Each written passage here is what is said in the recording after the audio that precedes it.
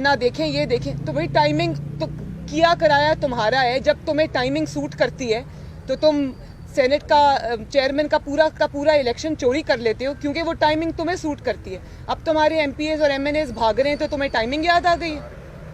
अच्छा मैडम, ये बताइए कि जो माजी में रिमार्क्स दिए गए वज़ीर आज़म के बारे में, जो अब दिए जा रहे हैं, जो सारी जो ताकतवर कुव्वतें हैं वो एक जगह इकट्ठी है और मरियम नवाज उनके साथ लड़ने के लिए निकली, अपने हक के लिए निकली, अवाम के लिए निकली है। क्या आप समझते हैं कि जो लोग आपके साथ खड़े हैं वो साबित कदम रहेंगे?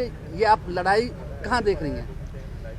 मैं ये समझती हूँ कि साबित कदम रहेंगे नहीं। मुस्लिम लीग नून को तोड़ने की हिस्टोरिक कोशिश हुई है।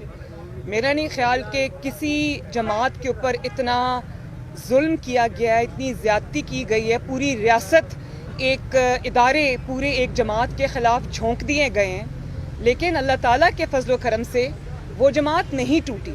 उसकी वजह यह है कि वो जमात अब एक नज़रियाती जमात बन चुकी है, उसके फॉलोअर्स नज़रियाती हैं, और जितना मियाँ साहब का जो नज़रिया है लोगों ने उसको दिल से अपनाया है। और हर आने वाला दिन ये साबित कर रहा है कि मियाँ साहब का जो नज़रिया था वो ठीक था। तो जमात को आप तोड़ सकते हैं, नज़रिए को आप नहीं तोड़ सकते, लेकिन जमात भी नहीं तोड़ सके। ये इनकी नाकामी और शिकस्त है कि अल्हम्दुलिल्लाह ये जमात को नहीं तोड़ सके। उसकी वजह एक ये भी है कि जमात के अरकान को जब आवाम में जाना होता है तो लोग उनको सवाल करते हैं, लोग उनको पूछते हैं, और अवेयरनेस का ये लेवल है कि जो जमात को छोड़ेगा या जो जरा भी नरमी दिखाएगा उसका एहतसाब आवाम करती है। मैडम, जानिब से ओपन बैलेट की मुखालफत की जा रही है तो खुफिया रायशुमारी को तरजीह दी जा रही है। कल को खुफिया रायशुमारी के जो ये सवाल गलत है। पीडीएम बिल्कुल खुफिया रायशुमारी को सपोर्ट नहीं करती। हम सिर्फ इनकी जो डबल स्टैंडर्ड्स हैं हम उनको एक्सपोज करना चाहते हैं। पीडीएम, मैं दिल से ये चाहती हूँ, मियाँ साहब भी ये चाहते हैं कि ये जो इस किस्म की सेनेट के इलेक्शंस में हरकत होती हैं, आप देखें ये सिर्फ खुफिया बैलेट जो पैसों से नहीं होता, ये जो फ़ोन करवाए जाते हैं कि जल्दी से वफादारी तब्दील करो, अपनी जमात को वोट ना डालना वरना तुम्हारी फ़लाँ फ़ाइल खुल जाएगी, वरना तुम्हारी फ़लाँ वीडियो रिलीज़ हो जाएगी। तो ये भी सिलसिला बंद होना चाहिए। लेकिन ये एक जाली हुकूमत के नसीब में ये लेजिस्लेशन नहीं है। ये लेजिस्लेशन अवामी नुमाइंदे करेंगे, अवाम की मुंतखब असम्बली करेगी इंशाअल्लाह ताला, जिसको अवाम सेलेक्ट करके भेजेंगे। ये किसी का मोहरा नहीं करेगा। मैडम ये बताइएगा, मोहम्मद जुबैर जो और अब एक मिनट, और अब एक आखिरी बात ये कि अब जब मोहरे को तकलीफ हुई है, उसके अरकान भाग रहे हैं, तो पीडीएम उसको कोई रिलीफ नहीं लेने। मैडम ये बताइएगा, मोहम्मद जुबैर जो है, मोहम्मद जुबैर काफी मुतहरक थे बैकडोर राब्तों में। उसके बाद एक बयानिया सामने आया कि सियासत से जो है अदारों को अलग रखा जाए। तो अब मोहम्मद जुबैर के बाद की पर्सन की बात करती हूँ कि वो दूर रखते हैं, लेकिन जब वो इस तरह की बात करेंगे तो अवाम में मजाक उड़ेगा, क्योंकि पिछले कई साल से एक के बाद एक चीज़ अवाम के सामने आई है।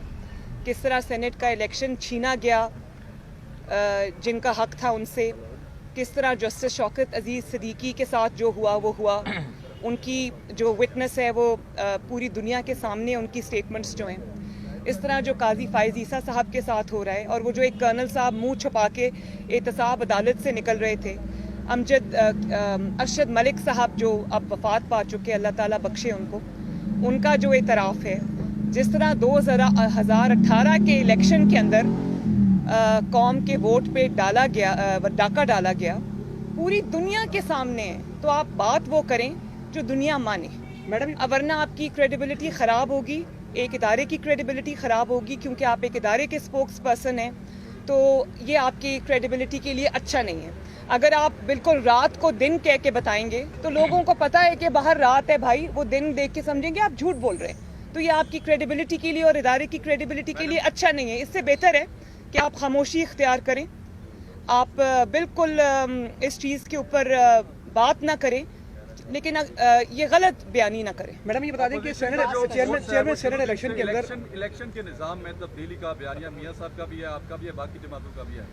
ज़िमनी इलेक्शन भी आ गया, लेकिन वही पैरामीटर, वही स्टैंडर्ड जो जनरल इलेक्शन 2018 का था, फिर वही सवाल नहीं उठेगा। और फिर कल को नेक्स्ट जनरल इलेक्शन जब आएगा तो हम अगर इलेक्शन इस्लाहात नहीं करते तो कैसे निज़ाम नहीं, इंशाल्लाह ज़रूर करेंगे, क्यों नहीं करेंगे इलेक्शन इस्लाहात।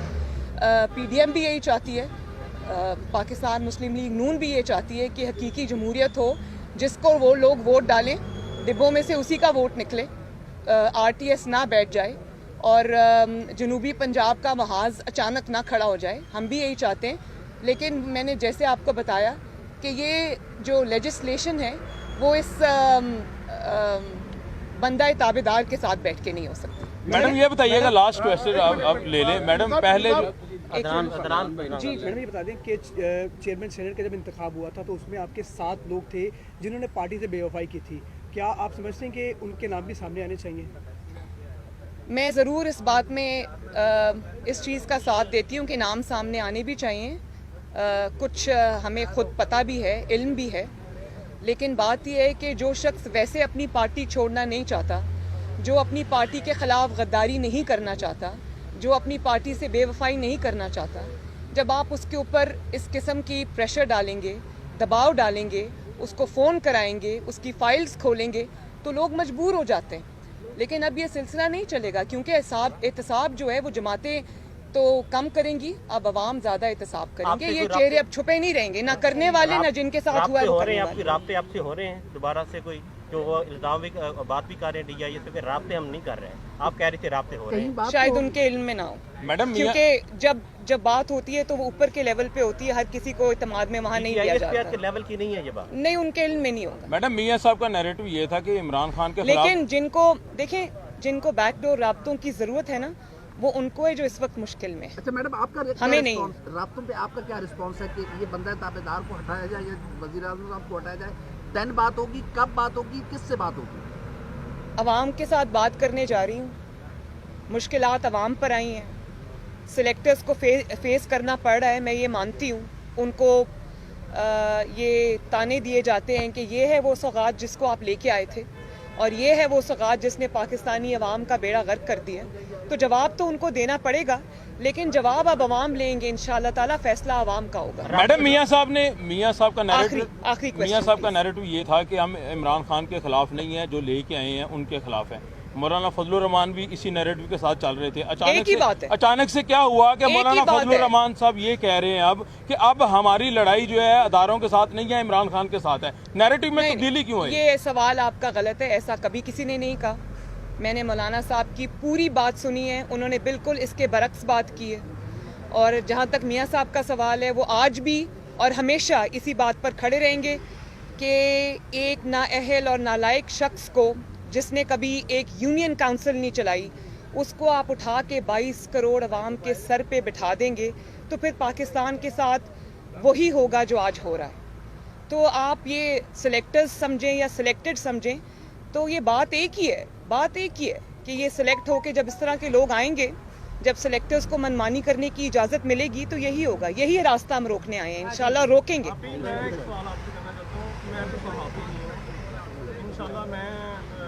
शुरू से लेकर मैंने वोट उसको दिया, अपनी मर्जी से दिया कि जो आवाम के हक में होती है। इस बार भी मैंने वोट इमरान को दिया, सवाल कर लो यार, इस सोच में दिया कि शायद कि ये कोई उन आपसे बेहतर आए, लेकिन ये हमारा अंदाज़ा गलत निकला। आपको पता है कि चीनी का क्या रेट है, आपको पता है कि घी का क्या रेट है, ऑयल का क्या रेट है, सब्जी का क्या रेट है, पेट्रोल का क्या रेट है, और जो लोग मजदूर दिहाड़ीदार तबका काम करता है उनका क्या हाल हो गया है। हम आपके साथ हैं, कब आप मजबूत तरीन तरीक़ेकार से चलेंगे और हम आपके साथ हैं।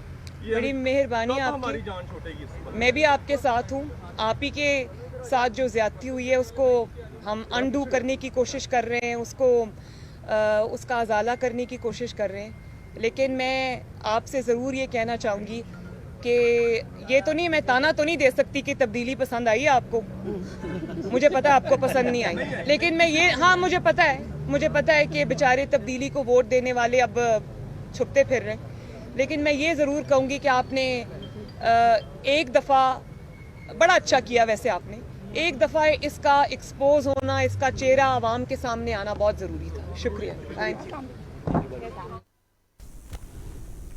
मरियम नवाज मीडिया से गुफ्तगू कर रही थी। उनका कहना था कि इलेक्शन इस्लाहात ज़रूर करेंगे, पीडीएम भी यही चाहती है। गली गली मोहल्ले मोहल्ले आटा बिजली चोर की आवाज़ें लग रही हैं। मरियम नवाज की जानिब से कहना था कि कानून साजी बंदा ताबेदार के साथ बैठकर नहीं हो सकती। एक नालायक को बचाने के लिए सारे हरबे इस्तेमाल किए जा रहे हैं। पीडीएम बिल्कुल खुफिया राय शुमारी को सपोर्ट नहीं करती। मरियम नवाज की जानिब से मजीद कहना था कि मुस्लिम लीग नून को तोड़ने की तारीखी कोशिश हुई, मुस्लिम लीग नून नहीं टूटी।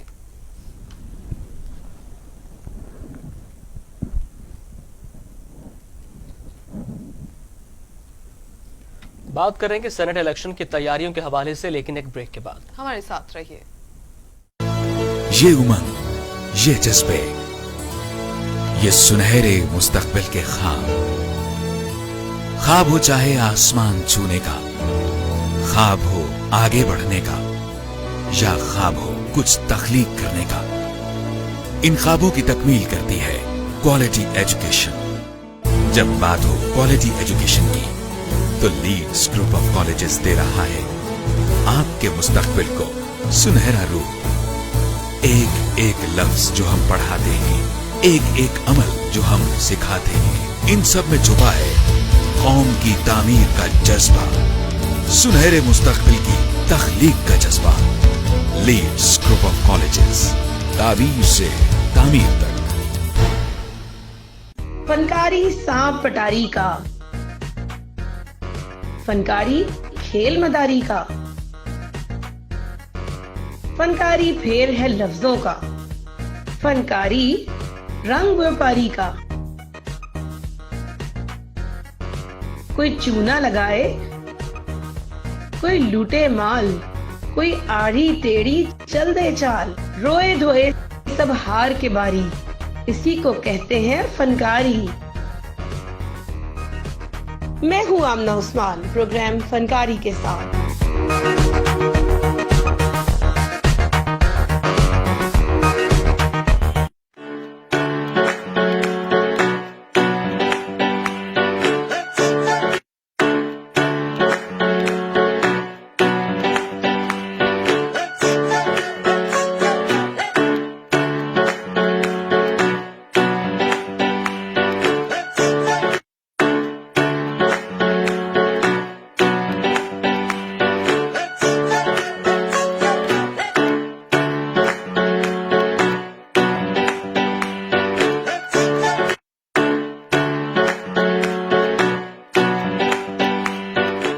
नया प्रोग्राम, नए मेहमान, लेकिन जरा अछूते अंदाज में। म्यूजिक, फन, मजा, गेम्स और कॉमेडी के नए अंदाज में चटखारी सी गपशप।